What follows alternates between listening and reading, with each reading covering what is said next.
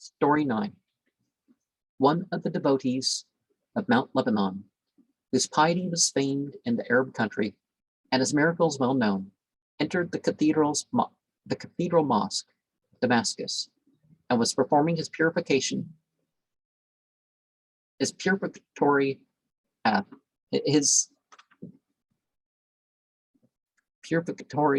ablution on the edge of a tank when his feet slipped and he fell into the reservoir, but saved himself with great trouble.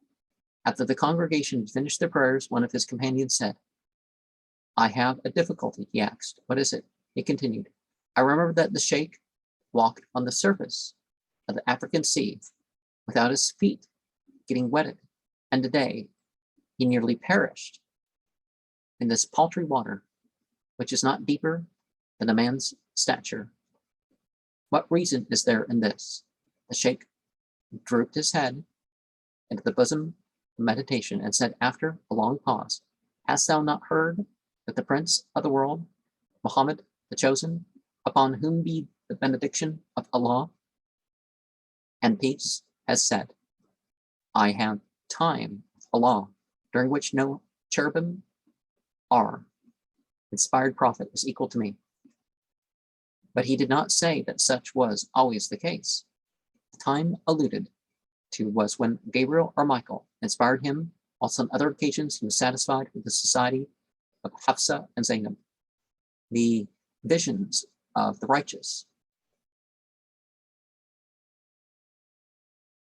one are between brilliancy and obscurity.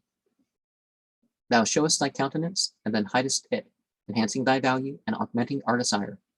I behold whom I love without an intervention. Then a trance befalls me. I lose the road, it kindles fire, and quenches it with a sprinkling shower. Wherefore thou seest me burning and drowning. And don't know what shape this is supposed to be, but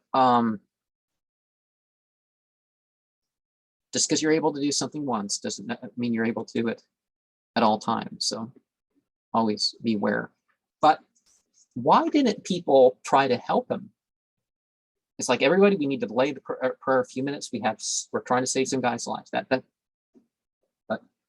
who knows? That could have had nothing to do with it, right? And this could be a teaching story more than and not a literal occurrence.